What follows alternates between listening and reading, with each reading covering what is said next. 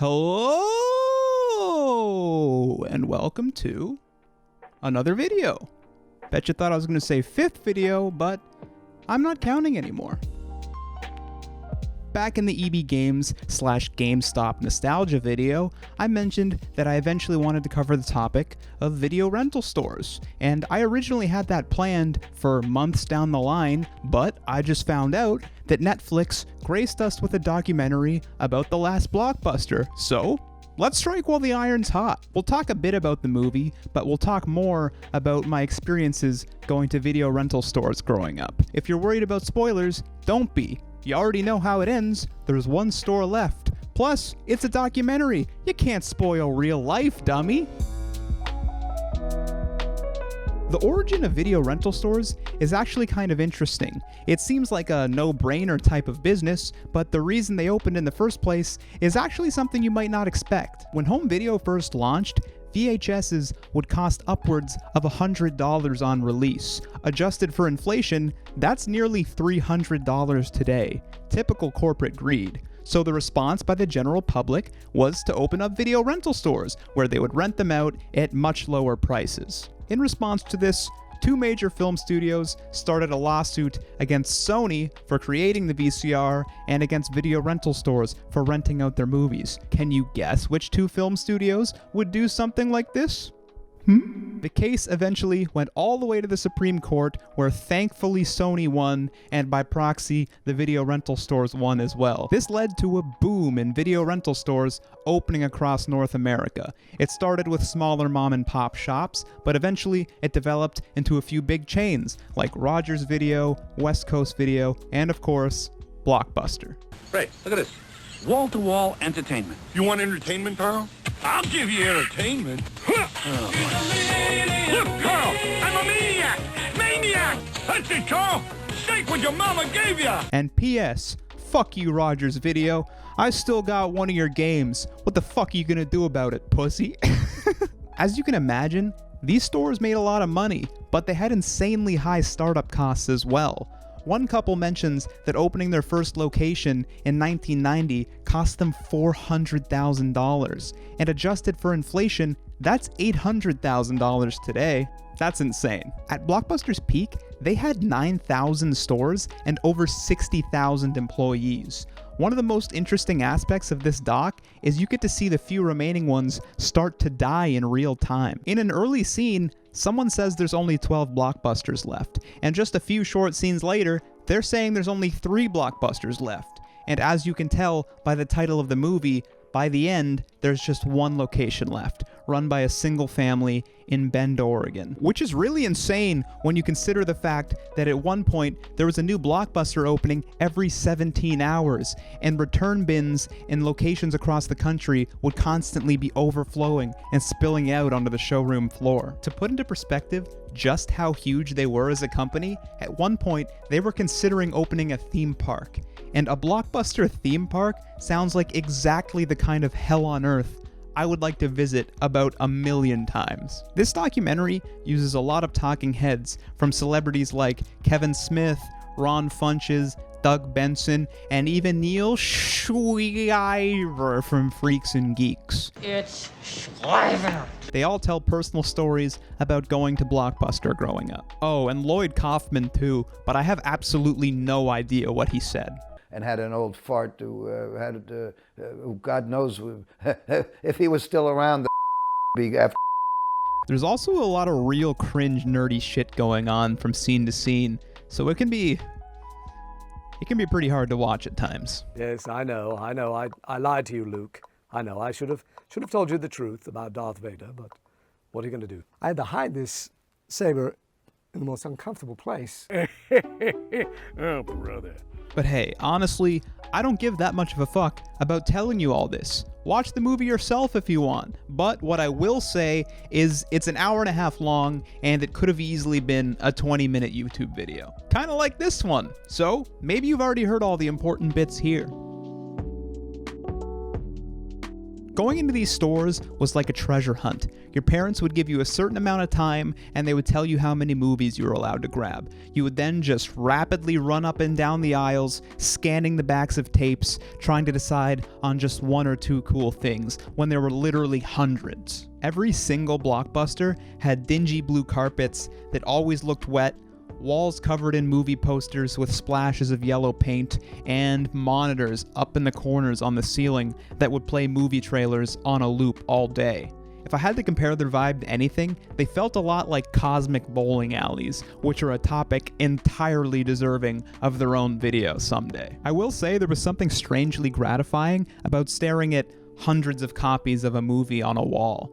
Mom and pop shops could usually only afford 1 or 2 copies, but there was just something that would get me off about looking at 100 copies of an Adam Sandler VHS.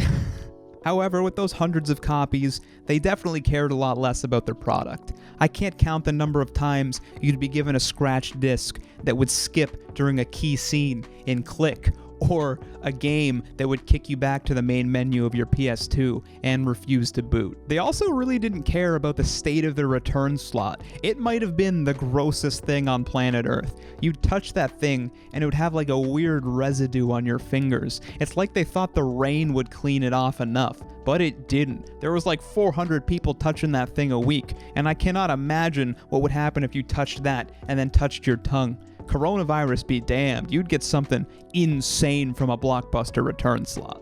Yuck. There's a lot of strange Blockbuster rituals that I still remember to this day, like walking up to the front counter with a stack of tapes all the way up to your chin, the guy popping the cases open, and then passing them to you over the back desk to avoid the theft sensor.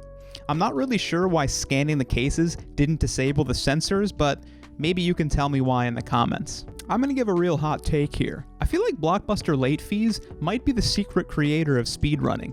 Hear me out. You'd rent a game on Friday and you'd only have 5 days to play it. You'd have to return it by Tuesday when your parents made you give it up.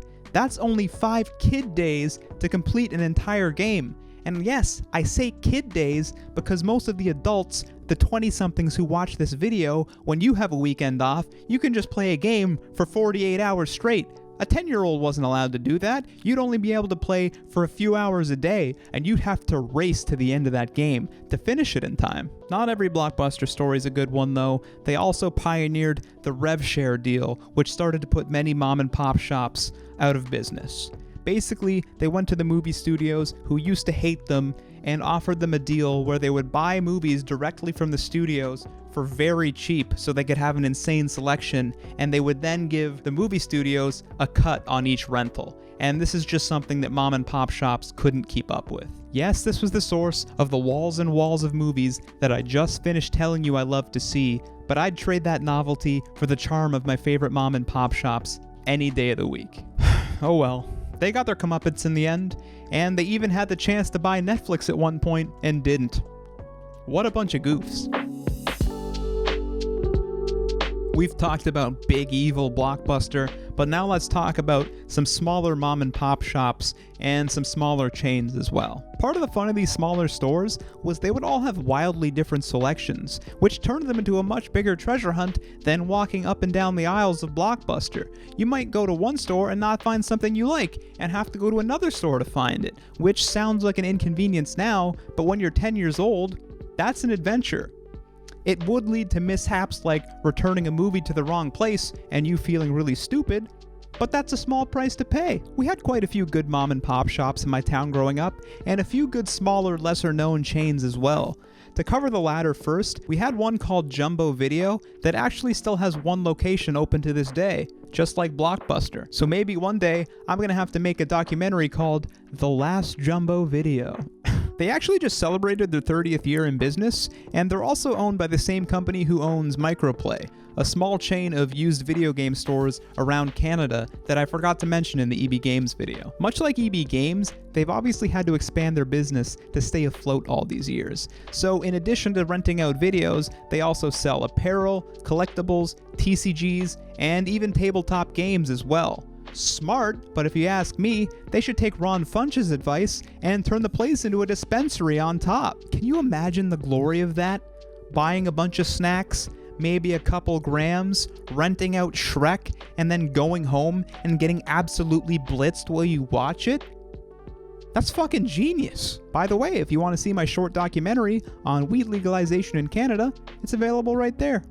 You'll probably enjoy it. Moving on to a true mom and pop shop and my absolute favorite place to visit growing up, let's talk about Landry's, aka Video Kingdom. There was only one location, no franchising. It was in a strip mall near the house I grew up in, and it felt absolutely massive. I'm not sure if that's just because I was tiny or if it was actually big, but I would get lost in there for what felt like hours. You'd discover a bunch of new movies and games and drop about a dozen quarters into the gacha machines at the front door, trying to get your favorite Pokemon toy or sticker or Yu-Gi-Oh card. They'd also sell freshly cooked popcorn for you to take home with a bunch of toppings, and I cannot overstate how much I loved the smell of that place.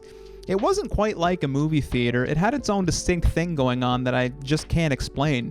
It's something I've never smelled since. The section I spent most of my time in was the N64 section. I would just stare at the covers of such classics as Clay Fighter or Gex or Earthworm Jim or even Snowboard Kids, and you would just pray that they were in and available to rent, but they never were. You'd go up to the teenager at the counter and ask when the game is supposed to be returned, and they would always tell you the game's already like 3 days overdue. And that was true pain, not knowing when you'd be able to get your hands on it. It was a real game of cat and mouse, because it might get returned on a Monday and rented out on a Thursday, but your parents only take you in on Fridays, so you might not get the game you want for several months. But the day that it is in, that's a good day. You feel like you conquered the fucking world when you're going home with Snowboard Kids 2 and playing that for 5 days straight. One of the best days I ever had at Landry's was when my dad let me rent out a whole ass PS2.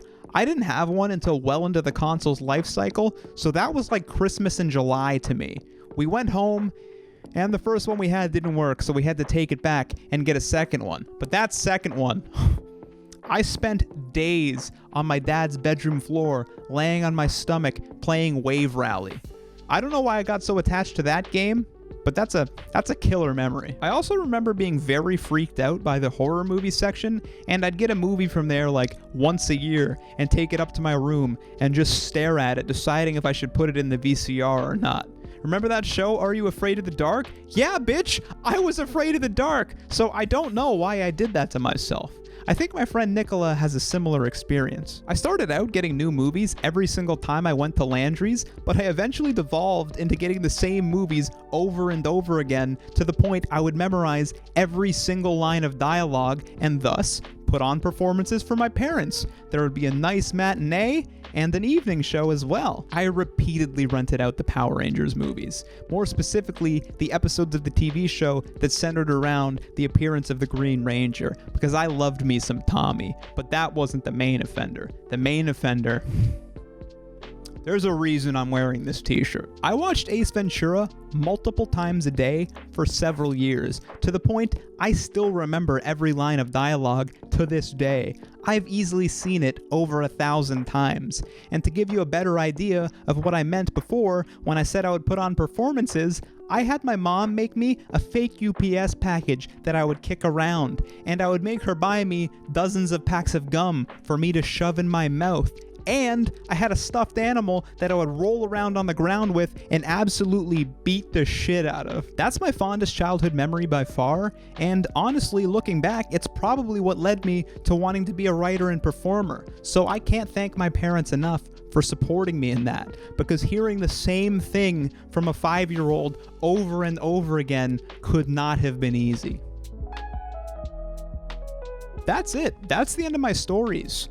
Well, the ones I experienced firsthand anyway, because I talked to my parents when doing the research for this video, and they told me that Landry's used to have a secret porn room in the back, and that they allegedly sold drugs too. So apparently they beat me and Ron to that whole dispensary idea. Allegedly.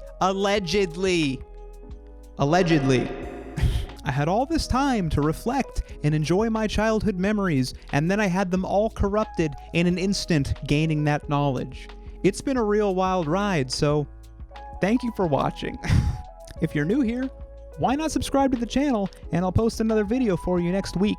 If you can't wait that long, why not watch that one in the meantime? Bye bye! I have a package for you. Sounds broken. Most likely, sir. I'll bet it was something nice, though.